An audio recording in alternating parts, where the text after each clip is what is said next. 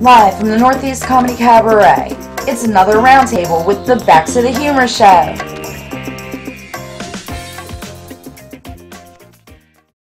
When you were a kid, what was your favorite cartoon? For me, I'm gonna have to go with Dexter's Lab. Oh, great cartoon. Yeah. I like Doug Funny. That was another good one. That's a good one. I'm gonna go with Ninja Turtles.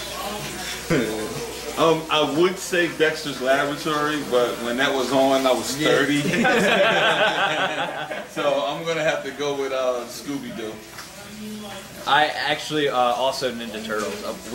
I made my parents record every single episode onto about 30 VHS tapes that I still have. That's awesome. Speed Racer. Oh, great. 5 years old. 5 years old. Came home from kindergarten. Loved it. Oh, how old are you, Scott? 40. Oh, you had to be Speed Racer, yeah. Yep. Showing my age. Inspector Gadget, Heathcliff, Jem, the Gummy Bears, MC Hammer cartoon. Okay. I guess it's kind of a question. Like, you ever feel like your nerves make certain things go away? Like, I had a sore throat once, and I was nervous about going on stage because every time I swallowed, it hurt. But then when I got up there, it went away. And there was another time where I felt like I had to take a shit. I wasn't sure. Like, I'm being honest, there was a comedian on stage. I was like, do I have enough time to run to the bathroom or let it out? But then when I got on stage, the nerves kind of took it away. So I don't know if anybody's ever been to that. Like, have you ever running nerves or something? Kind of. It's the adrenaline rush right before. You kind of forget about it. Yeah, but I think now at this point we're so used to it, we don't even really notice it anymore. Yeah. I didn't notice when the feces was running down my leg either. Yeah, I go through the same thing. Like even now, for shows, I have to get really nervous. But once I get up there, it's just fun. And just go with it. Yeah, I had an incident like that in here actually one time. It was a big crowd. It was on a Wednesday night. I don't know what was going on. I had one of the worst headaches I've ever had in my life. I mean, I felt like I was going to die. Got on stage, man, and just had a killer set. And as soon as I got back down off stage, my head started pounding again, you know. So I guess either the nerves or the adrenaline for that time I was on stage took it away. So yeah, I've had that experience before. Yeah, I'll get real nervous before a show usually, so I'll smoke a lot of cigarettes. It makes my chest hurt, it makes my head hurt, but then as soon as I get on the walk to get to the stage, it immediately goes away. But then as soon as I get off, it's absolutely. So, but I've only ever done 10-minute sets, so I don't know if once we get up to doing an hour, if we ever get that far, if it still stays that much. There's only one way to find out, folks. Ask somebody famous. Yeah, that's true. Yeah.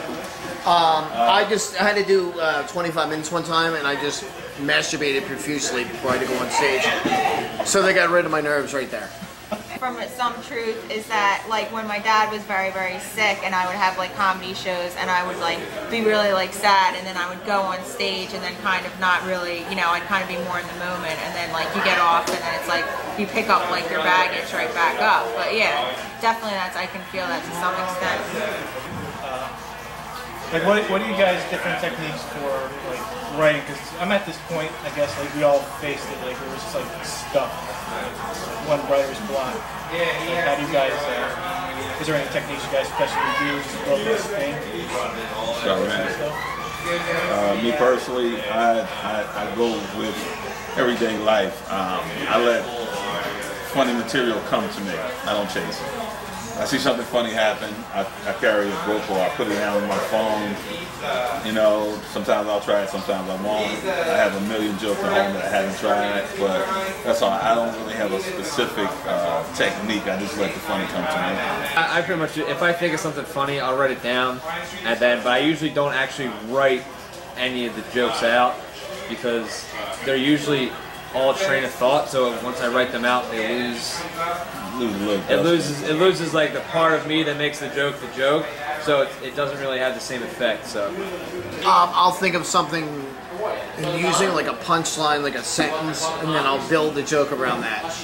I make lists of words, just random words, just on a sheet of paper, and try to just look for connections and stuff when you get stuff. Read the dictionary, the encyclopedia, Wikipedia, read a lot.